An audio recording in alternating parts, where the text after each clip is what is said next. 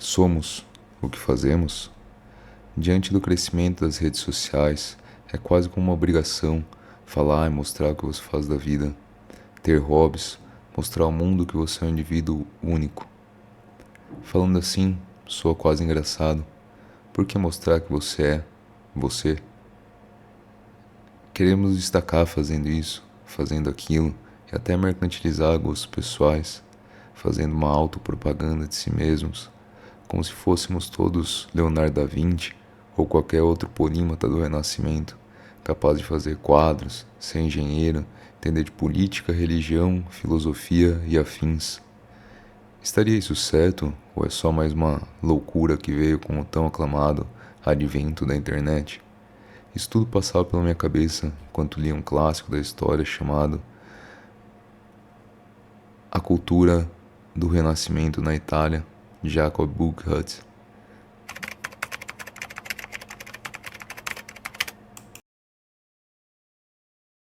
Olá, tudo bem? Meu nome é André, era eu quem estava falando aí no começo do vídeo com vocês.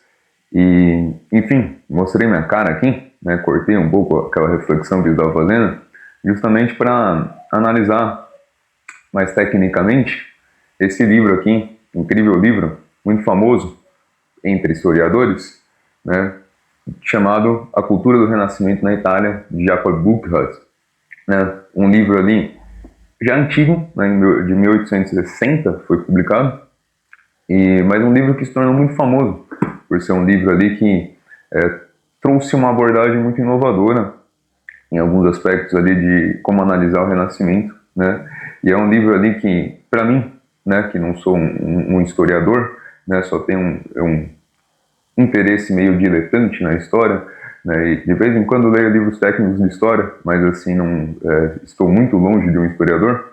É um livro que é, de certa forma, impressionante, dá para entender toda a sua fama, né, porque, primeiramente, né, Jacob Burckhardt, ele mesmo, na própria introdução do livro, né, ele considera que o que ele está fazendo é um ensaio, né, então seria um livro um pouco menos técnico, apesar de ainda, para quem se aventurar a ler, vai ver que é uma linguagem bastante acadêmica e respeitosa aos estudos da história, né? Não é um livro assim também totalmente ensaístico, é um livro sério assim em termos de história, apesar de ser um livro que é muito abrangente, né? Mesmo para a época ali, era um livro que ele tinha um recorte muito grande ali de análise histórica, e por isso mesmo eu acho que o próprio Burckhardt não se sentia seguro em falar que o livro era um livro ali, um estudo técnico de história, né, um estudo ali tal como se fazia dentro das academias da época, né? É um livro ali que ele quer abordar o Renascimento sob diversas perspectivas, né? É um livro ali que traz uma série de reflexões interessantes sobre a natureza do Renascimento e, enfim, né? É um livro ali que Burckhardt se considerou para a época ali que seria um livro realmente para diletantes ali, né? Um livro um pouco mais leve ali em relação ao que se publica na academia de história, e um livro ali que realmente, né, para se ler um pouco mais descontraidamente, apesar que insisto, né, para o padrão da atualidade aí, é um livro bastante rebuscado. Enfim, Burckhardt, nesse livro aqui, né, divide esse ensaio aqui sobre o Renascimento em 6 partes, né? A primeira parte aí, basicamente, faz uma análise um pouco retrospectiva do que estava acontecendo na Itália em relação ao Renascimento, né, para se chegar à conclusão ali sobre como surge o Renascimento, né? Depois ali o segundo e o terceiro capítulo, mais abordando ali em relação às questões de individualismo, de natureza do Renascimento em relação à cultura antiga e todas essas coisas. E no final é uma abordagem um pouco acerca da religião do Renascimento e como que ficava a situação da religião no Renascimento, né? E, enfim, né? É um livro ali que traz ali diversas reflexões interessantes, que como eu estava falando aí no início do vídeo, né, nesse pequeno ali ensaio que eu também estava fazendo no começo do vídeo, é um livro que suscita na gente ali diversas reflexões até sobre a atualidade, se a gente tiver a mente aberta para olhar para todo esse contexto do Renascimento, né? Por exemplo, né, algumas coisas que eu achei interessante no livro, alguns pontos a serem ressaltados e algumas coisas até que a gente pode pensar a partir do livro, a partir da história, para a atualidade, né? E, enfim, né, essa primeira parte do livro do Buckhart, né,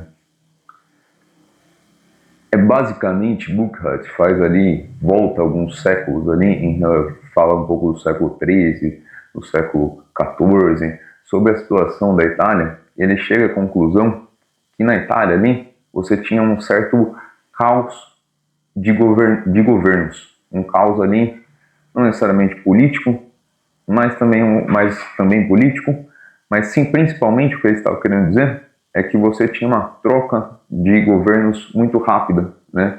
Que era comum ali um rei ali matar uma outra dinastia, assumir o poder, trocar dinastias rapidamente na Itália, e de maneira que você sempre tinha um monte de tiranias, né? Tinha governos ali muito corruptos, governos ali que ora davam um golpe no outro, e a conclusão que me parece encaminhar ao Buckhart é que isso tem a ver com o Renascimento, na medida em que isso gera algumas coisas, algumas vontades ali dentro da cultura italiana, como, por exemplo, a vontade de você ali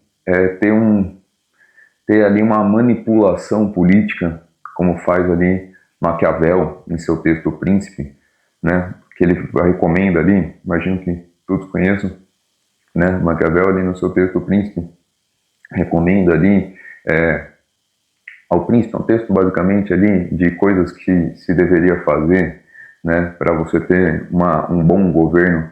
E muita gente vê esse texto ali como o início ali de uma retórica política, né, o início do surgimento ali da própria ideia de uma política moderna, no sentido que a política é um jogo de poder, né, não é um jogo ali não é um jogo que tem a ver com moral, mas assim, simplesmente um jogo de poder.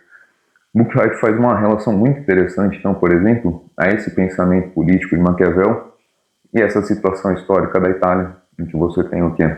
Você tem ali todo esse caos gerando ali, né, normalizando uma situação como, por exemplo, essa retórica política. Primeiro ponto que eu achei muito interessante, né?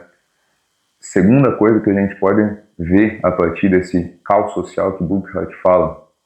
Buckhart fala então que tem esse caos social. O segundo ponto que ele levanta e que o texto dele suscita, que é muito interessante, é que talvez o Renascimento seja um individualismo que está tentando sanar esse caos político ali italiano, né?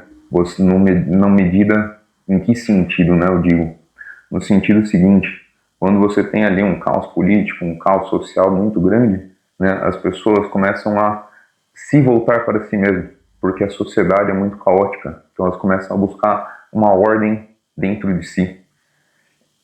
Muita gente vê talvez o livro do Buckhart como o que traz melhor essa relação de individualismo e renascimento, né?